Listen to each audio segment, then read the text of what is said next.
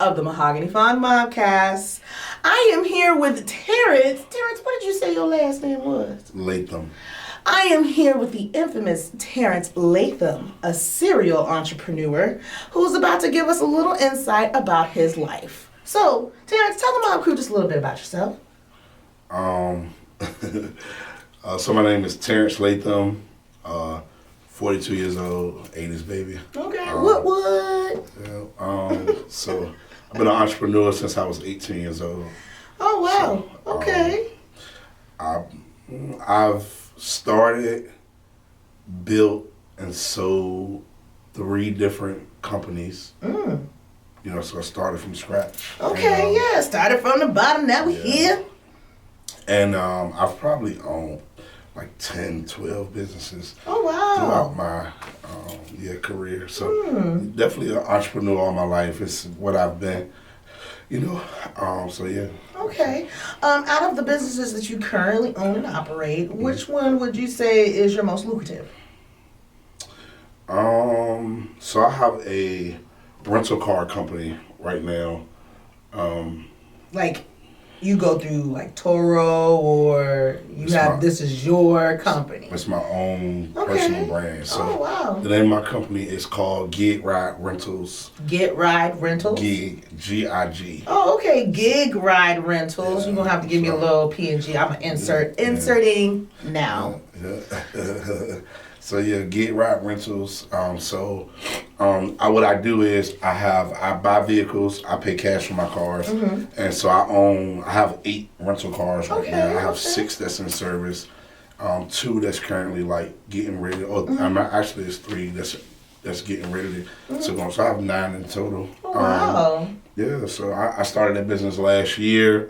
It kind of was a vision for the last couple years. So. I started it last year in August, and it's been great ever since. So. Okay. As being that you're an entrepreneur and there are other entrepreneurs out here in the world, what kind of advice would you give to an entrepreneur that may want to start that type of business, the rental car business? It's a very risky business, right?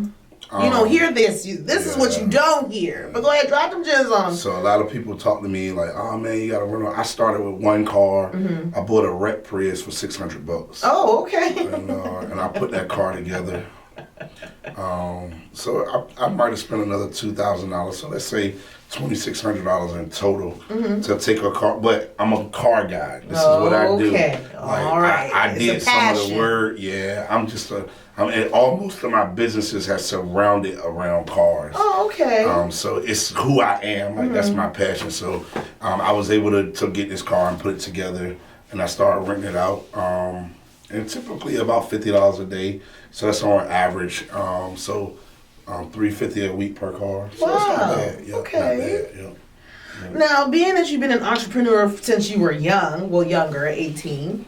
When you did start these businesses from scratch, what would you say was probably the hardest thing to learn? So I started a company, and this is how everybody know me. I had a company called Reliable Detailing. So I started that business when I was 18 years old. It was an auto detailing business. I started from scratch when we was washing cars. We started out washing cars for $20 a car. And that's inside and out, wash, vacuum, wipe down. I think I opened that business back in 2003. That was the start. So,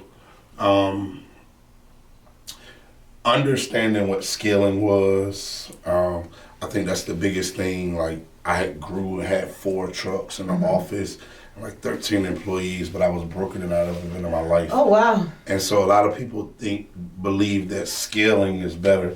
It's kind of the same thing with my rental car company. My goal was 10 cars, and I got there so quick that I kind of went faster than the logistics end of the business. So I dialed it back. I had 9 cars on the road, but I was a little stressed, and so I dialed it back a little bit, and I started focusing on making sure the logistics of my businesses, the rental car business was moving.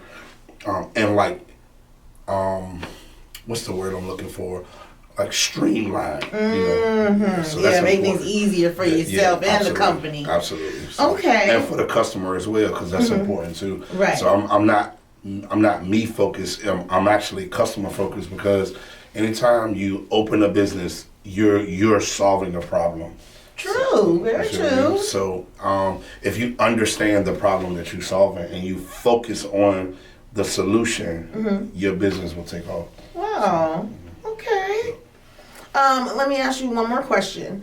When it comes to being a one-man band and then having a team, what could you say to enlighten an entrepreneur about either, wearing all the hats, which can be you can shoot yourself in the foot wearing all your hats. Correct. But sometimes you don't have a choice. But it's necessary. Absolutely. Right. And then, of course, like I said, when you do acquire that team, how do you keep that team? That's a really good question, actually. No, it is. Y'all trip me out. Yeah. This is what I'm supposed to do. Yeah, You're not supposed to have good questions. Yeah, that's a really good question. No, it really is. And let me tell you why I say that, right?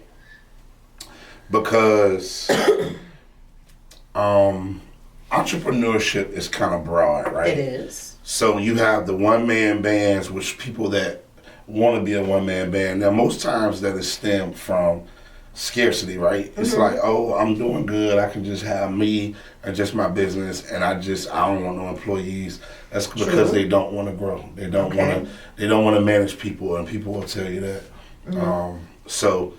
And then some one-man bands are, if you're a hairstylist, like you can't hire nobody. Yeah, you're right. Yeah, certain not that areas. So a business, most businesses, that's one-man bands, and that's where they're at.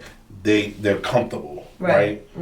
And so they're in their own comfort zone, and that's okay. You consider yourself an entrepreneur, but really you created a job for yourself. You did. You created your own line, your own form of income that you don't have to go and clock in for. Under anybody else. Absolutely. Because you still got to clock in for yourself. But if you have customers, you're clocking in for them. True. So anybody that say, I don't want to work for nobody. Everybody works for somebody. Everybody. You know what I mean? That's right. So that's important. Now, the team. To building a team. So I think your vision has to be clear with what you want, where you're going, and what you're doing. Like, it's like I was talking to a guy earlier about the roadmap, right? Most entrepreneurs get in the car and we want to go to Hawaii, but we haven't or let's say we're going to Texas. Do the research to even see what's going to happen on our way there. At all. We don't know how far. We want to go to Texas, but we don't know where. Like, you know what I mean? Like, at least narrow it down to, I'm going to Austin, Texas for this reason. Right, and I'm going to go this way. And that's it. And so most entrepreneurs, we walk without navigation, which means that you go all the way around the country, do more work, and do all this extra stuff, and you never actually, like, by the time you reach even close to your destination, you burnt out. You know what I mean? Burnt out. Wow. You have to make sure your vision is intact, and you know what you want and where you're going. And if you don't have that, you can't build a team. It will be hard because you're like, man, I need some help. Just come help me real quick. Versus when you bring somebody in, hey, this is my company. This is who we are. This is what we do. This is what I need you for. And you can, if you know what you're looking for, you vet the right person. You see what I mean? Versus you just, man, Marvin, come, I need you to come help me wash the dishes, and you a podcast. Right. You know what I'm saying? Like, that ain't even your core strength. Exactly. You call me for what? Right. You know. So you take this person that don't even understand who they are, and you don't understand who they are, nor do you understand the business that you have or building. Wow. And when you add that piece, you're adding chaos onto chaos. You see what I mean? And then we wonder why it ain't working. You know what I'm saying? Damn. Okay. So, I like that clarity you just gave. Yeah. I like that. But on that note, we'll be right back right here on the Mahogany Farm Mobcast. All night, close your eyes and find my body. Whisper to me that you. We are back with Terence Latham, the serial entrepreneur. Now, Terence, we're getting into the meat of our interview, and we're going to go ahead and dive into relationships. Now, you said you were a divorcee, you said that you studied women, and you said that you were healing, right? Yes, correct. Okay, so what did you study about the woman? So quick background. I am a traditional man. Oh, good. I like that. Yeah, my mom died when I was 10. Oh, I'm sorry. So she raised us to be traditional. Of course, she come from a traditional mom and dad. So I moved with my grandparents, who were very traditional. My grandmother didn't work. My grandfather Was the provider. all Okay. that. She had a daycare in the home, but anyway. Okay, that's nice. So me and my brother are provided. Like we are, you know what I mean? Like we're Y'all got men. the straight lesson. Yeah, we ain't cut the water grass. nothing down. Yeah, okay. But the part that we didn't get was the emotional piece, right? Okay. And so I was married for 13 years. At year 9, 10, my wife started, she always used to say I didn't meet her emotional needs. And I'm like, well, what is that? What is emotional? What is your emotion? And she never could tell me, right? Right. But that is a big factor in divorces. what's that? Emotional need. Not Absolutely. meeting their emotional needs, and every person has a limit. Absolutely. But continue. And that's a really good point, because when she couldn't tell me what the emotional need was, it was like, oh, that's like saying, I'm tired of you beating on me, Right. but you can't never tell me when I hit you. You know what I mean? So I just, it was bogus to me. So, Okay. It took some time. She finally got to a point where, she was fed up and ready to go. Now, we got money, and anybody that know me know, you know what I mean? This is it's no brag. We was living good. We owned all these companies. We was making all this money. We had more money than we kind of was knowing what to do with it, if that makes sense. Yeah, of course. Not that we didn't know, you know what I mean? But you wasn't expecting to have this. Yeah. So now that I have it, I'm not sure what to do with it, but I know I have it. Well, no. I wouldn't say that, because remember, I'm big on roadmap, right? So we worked so hard and built. My wife was really good at. I was good at the vision, let's create a podcast. And she all right, we can do it, right. But we need to do A, B, C, and D. She was good with the execution. That's it, what helping me, put it together, and then we execute it together, if that makes sense. Yeah. So I was that was your teammate. That was. It was a you know team. what I'm saying? And I was an entrepreneur 10 years before. Right. I got with her, but it was her adding to the team. That's right. That kind of took us to the next level. And that's what a wife does. Correct. If y'all haven't figured that out, it's Yes. not about whatever you think. Your wife is there to take you to the next level. Yeah. Take y'all to the next level. Absolutely. That's what she's there for. That's what she's put in position to do. So when he says, when you find a wife, you find a good thing. Yes. That's true. You know what I'm saying? But go ahead. Correct. Because you should be able to give women something, and it multiplies when it can give it back to you, right? Yep. That's why we give you seed and you give us. That's right. So, and I can Wow. Yeah. So the team was great. The emotional needs weren't there. So, I fought. I was in counseling, and I started. Kudos to you. Yeah, I did about 3.5 years. I'm going back now, as well, just so I can go deeper. I want to go deeper, but that's right. Healing doesn't end. Oh, it don't. Yeah. It don't do it because we still living life anyway. So I started to learn and understand. I read a bunch of books. The book that changed my life. It was called The Weight of a Superior Man. Okay.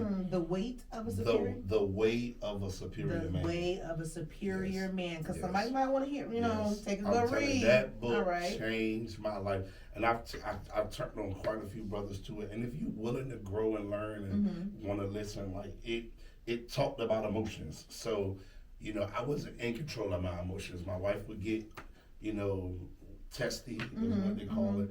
She would get all, and I would, what's wrong? It's the number one thing what we do. Your wife get to complaining. You're like, bro, look around. Lights is on. What are you complaining for? You got a nice car. The kids is good. You got money. You can buy whatever you want. That's the argument. Wow. You know, but what I didn't understand, which what I understand now is like if she's in the middle of a storm, right? And she come to me, even though she might in the midst of that storm that she's in, when she come to me, I am gonna be engulfed in that storm, That's right. But I am the eye, right? You are the eye of the storm. I am the eye. So what happens is when you in a storm and you come to your man, you rah, instead of us staying calm and relaxed. Who you talking to? What you mean? And then we in this like we back and forth. We at each other here over the bubblegum machine. Now we're really beefing. Over a bubblegum machine at the mall. You know what I mean? Like I wanted a Pepsi and like y'all getting a divorce because of a Pepsi. Like it's real. Yeah, that's crazy. So so pride and ego is a real thing, and as a man learning how to be calm, cool, and collect, and like control my own emotions, which means when you feel disrespected, you can, and that was big for me because I grew up on some like being you said you was a man's man. Yeah, and manly. so you don't play with me, you know what I mean? So, and I was a warrior, all of that, you know. So to have to give up, in my mind, letting somebody disrespect me versus I have a different, you know, outlook on that now. It's like like I look for my woman to be in the midst of a storm, you know, so I can be what they call a safe space. You know what I mean? Wow. So that's important. So Okay, very important. Thank you for that. And if you were to give any other men out there some advice when it comes to, you know, seeking help, you know, healing, what would you say to them? Pride and ego is the killer of man. Okay? But if a man, when I say the killer of man, I mean woman and man. Yeah. All genders. All genders. Okay. Like, when you believe that, if you believe that you don't need counseling, I was talking to a family member the other day, and I was like, man, you need to go, like, Talk to talking somebody. about, Right. I don't need no help. I'm like, and then so we started, like, because I'm real, like, I'm an advocate about going to counseling. So we started talking about some stuff, and I started asking them some questions. That's right. So then we got to a point, and I was like, well, why do you think you like that? And he was like, because of my mom. And I was like, well, what about? And then he started talking about his mom. And then, like, we got to a barrier because I'm not a counselor. You know what I mean? No, you're not. But I do understand. Like, I am a you were put in that place for a reason, though. Correct. Okay. And I'm a certified life coach as well. Oh, that's dope. So I got him to a place, and then I said, this right here is like your counselor will help you understand what this is, why you're like that, and he'll help you get out of this mindset. And he was like, man, I ain't never thought about it like that. That's right. You know what I mean? And a lot of men don't. So thank you. I appreciate that. It's important though, because, you know, not just men, not just black men, okay? And you guys know I'm an advocate for the skin color. You guys already know that if you know my platform, but this is for any man, any woman. You can seek the help you need. And I know I say that a lot because mental health is important. Correct. And until we realize that and solve the traumas that we have, we're never going to have proper relationships going forward. Correct. We'll never. Yeah. Oh, okay. Yeah. Well, go ahead. Well, no, that's so good because that's what he was. He was like, man, I really want to be married, whatever. And I said, so this was my question to him. I said, well, what are you looking for in a wife? Yeah, which is very important. He said to me 3 or 4 times, she got to be beautiful, she got to have a nice body, and like he kind of went in, and I let him, I was like, I heard, you told me that 3 times, give me something else. Yeah. So then I started, substance. Absolutely, so I said, well, let me give you an example of what I'm talking about. I said, I am looking for a wife that sets boundaries and respect them. You know what I mean? Because if she set boundaries, then she'll be able to respect my boundaries because she set boundaries and she want them respected and accommodated. Absolutely. So vice versa, right? But if she understands how important they are to her, she won't let me lead her into the dungeon and vice versa, right? Yes. So I say the feeling would be mutual. I would understand she's saying, this is not something that I'm willing to do, right? Respectfully, right? Respectfully. And so I said, that's my number one. That's number one for me. So if I find a woman that understands boundaries, that sets boundaries and respects boundaries, like we winning. You know what I mean? But sure. you gotta go to counseling or do some type of healing work to even have that type of mindset. Work. Right? Yes. Yeah. So I told him, people that's healed speak Chinese, right? And so when you're not healed, you speak in American. Whatever, whatever. Right? So you speak what everybody else speaks, right? You can speak minion for all I care. When you talk to somebody that's been to counseling, like I meet women and I'll have conversation with women all the time, and I can always tell when they've been to counseling because it's the words. So I say we speak the same language. You understand what I'm saying? Yes. So that's what I'm looking for. And I started like giving him some values and he was like, man, like you looking, I'm like, yeah. And I'm not getting married again until I find it. That's you right. Know what I mean? I feel the same way. I do. So yeah. Wow. Thank you for dropping those gems on us. Sure. You know, I don't think a lot of men understand those things, and as soon as they do start to understand them, you know, our relationships will be a lot better. Absolutely. Because we're the leaders, right? Yes. And I hold us highly accountable for the state that we're in today and the world. Like if men were leading properly, and I'm a man, so I'm not knocking my brothers, but I'm holding us accountable. The truth. That's right. So if our men, like yes, the woman has been raised to be, because the women are raising their daughters to be strong, right? So they don't get hurt. But then we're in return raising the sons to be soft and be loving, right? So now, wait a minute now. We got a generation of men that understand emotional needs, but they don't understand what it is to be a man. You understand what I'm saying? And then we got you are cooking with fifth grade. But we got a generation of women that know how to be strong and stand up, but they don't know how to nurture and be loving, right? So we done reversed the roles, which the Bible's fulfilling itself, right? Yeah. And so, and we're just out of place. And whenever you meet somebody that's in the correct place, it feels like they're abnormal, right? That's it's like, man, why are you like that? Right? Why are you a woman? If you, prime example, if you meet a woman on your platform and she comes up here and she's like, you know, I believe in submission. You have to submit to your husband. The comments will be crazy. You hear me? Submit. They gonna dog you. They gonna go in, right? And if you meet which is crazy, right? It is. Right? But if she up here like, yeah, you gotta let these. If you got the right husband, you don't have a problem submitting. That's the problem. But look, what I say about that, because this is what I've heard a lot of women say. When I find a man that puts me in my soft girl, then I'll be like, that's when I'm gonna be. Ooh. So watch this. So when I meet a woman that puts me in my masculine era, then I'll get married. You know what? That was dope. That was fire right there. We're gonna leave that right there and let it simmer. Right. We're gonna let it simmer because we're gonna be right back after these messages right here on the MFM Momcast. You did great. And we're gonna segue right into soft girl. You did great. You set that up